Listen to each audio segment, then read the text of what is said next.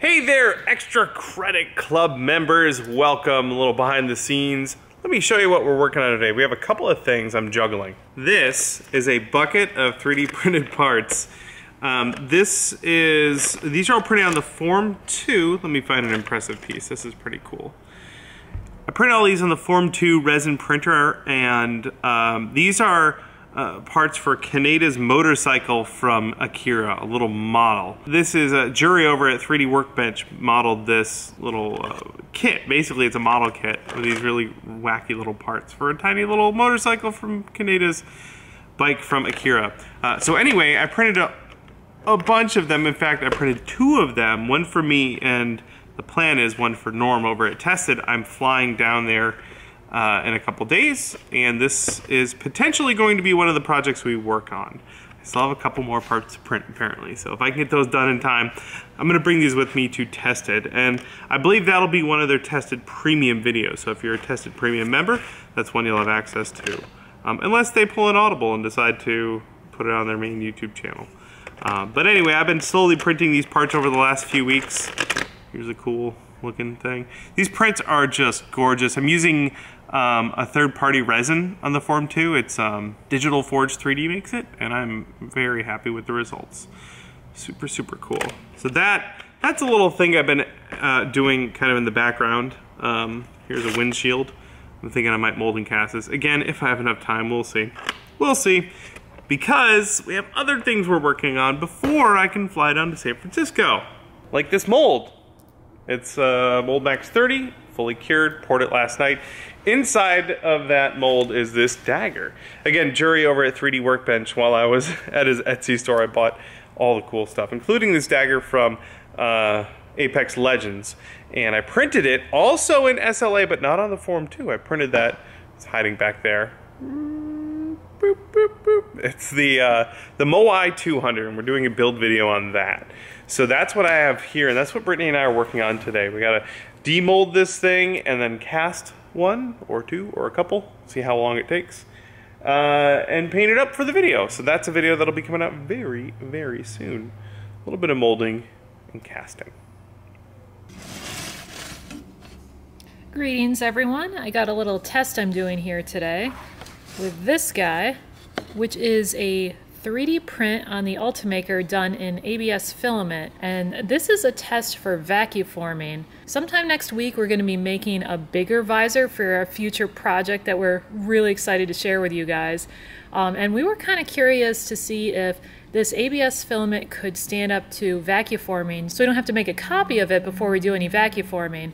Now, I've done this once before, very briefly, with the SweeperBot visor, which was, I think I used just normal PLA filament, and I did a couple pulls on it, and it worked pretty well. But this time we're going to be using a thicker PETG that we have left over from when we were doing a lot of space visors. So we're going to be doing some testing with this thicker PETG on this ABS filament, and if the tests go well, then we can probably try a full-size visor. This doesn't just have 1 perimeter wall thickness. The sides have, I think, 5 layers, and the top has 7 layers. So it's really rigid, and I did sand it down with 200 grit sandpaper. I didn't get super fine with my sanding. You can see here the darker spots are the low spots, so those are parts that aren't perfectly smooth. Normally I would sand this some more and then probably add some primer to it to try and fill in the gaps there. But for this test, I'm not trying to get a mere smooth finish. I'm just trying to see if this plastic will heat up enough to start deforming, which means I won't get a good pull on it. And I may only get 1 shot. So let's get started. Something else I'm going to try since I'm doing this test is that with a proton pack build, we noticed with our vacuform setups where we have to manually press this down, it takes a little bit of time to register it. Especially with this one, I have to line up this seam perfectly or else it's going to get stuck on top of this and not go down all the way. So I kind of have to put this side down first, register it, and then set down the rest. During that process, if I am shifting this back and forth, the buck may move with it, and that could create kind of a weird seal on the bottom, which happened with some of the proton pack pieces, which made them a little bit harder to remove. So I'm going to try temporarily attaching this buck to the base so it doesn't slide around a lot. Just going to use some double-sided tape in 2 spots. This probably isn't as important for a simple dome shape, but with the proton pack pieces, they ended up with some undercuts. I'm just going to hold this plastic into the heat until it sags quite a bit. Then I'm going to move it over here and set it down and try and line up this back seam as I press it down. It is already starting to droop pretty far. My fingertips are getting a little warm, but I don't know if I need clamps yet. Look how far it's drooping now. I think it's ready. Drooping a lot. All right, could you turn the vacuum on for me, please? I can. You can do it beforehand, I think. Oh, it's so hard to line up the back. Oh, that was something. Well, that was a pretty poor set down there. I actually got this side too far that way when I went to set it down. It seems to be keeping its shape. Mm-hmm. Probably could have even got a little hotter. Double-sided tape really didn't seem to hold down at all. Well, I'll let that cool down a bit. I think this is cool enough to pop out of there.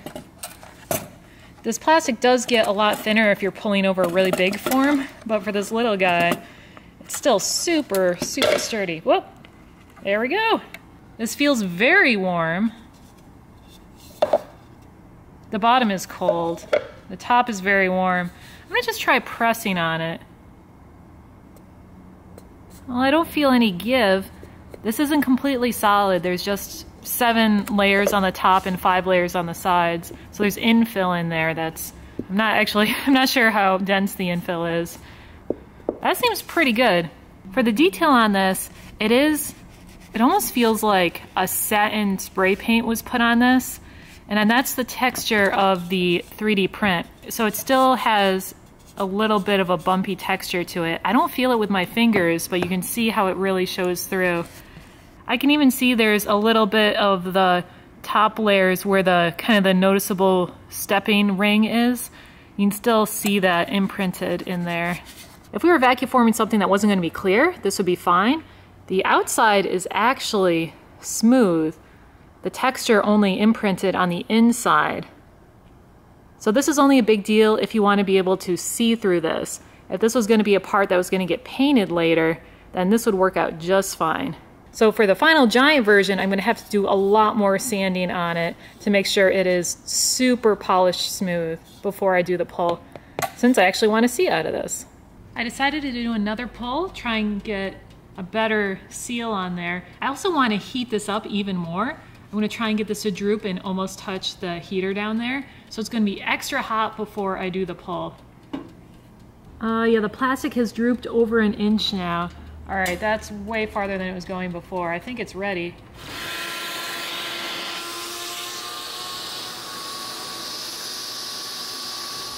That was a little bit better pull. You can see that it has more of a hard transition here. So it got set down more evenly and didn't cool down and get that kind of curved out bit.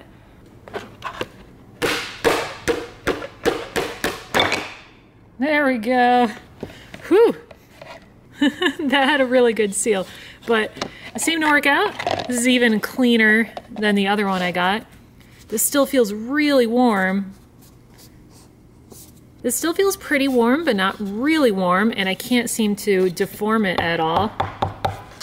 I think that's about all the testing I'm gonna do. I learned a lot. This thicker PETG heats up just as well as the thinner stuff. I do need to make sure that my master is glossy smooth. These two finishes ended up pretty satin, so you can't really see through them. Not a big deal if you're gonna paint these, but my bigger version of this is gonna be a visor, so you need to see through it. The ABS seems to be just as good as when we started. I will wanna make sure to let it cool down all the way before I do another pull. I don't wanna have this get warmer every time I use it and then maybe get warm enough to start deforming it. I think that's about all we have for you this week. We do have a couple other projects going behind the scenes. This video will come out a couple weeks from now if all goes well. Next week's video involves a skit with Easter eggs, so we had to actually go out and buy some. Thanks for tuning in this week. Bill's busy getting some 3D printing done, again for the bigger version of this guy. So I'm really excited to show you what that project is about super soon. I think that's gonna do it for us from the shop this week. Hope you enjoyed this little behind the scenes look at what we've got going on in the shop. As always, thanks so much for the support, you guys. It's because of what you do to help us out that we're able to do all of this. So we appreciate that, and you're great. Thanks again. We'll catch you guys next week right here in the shop.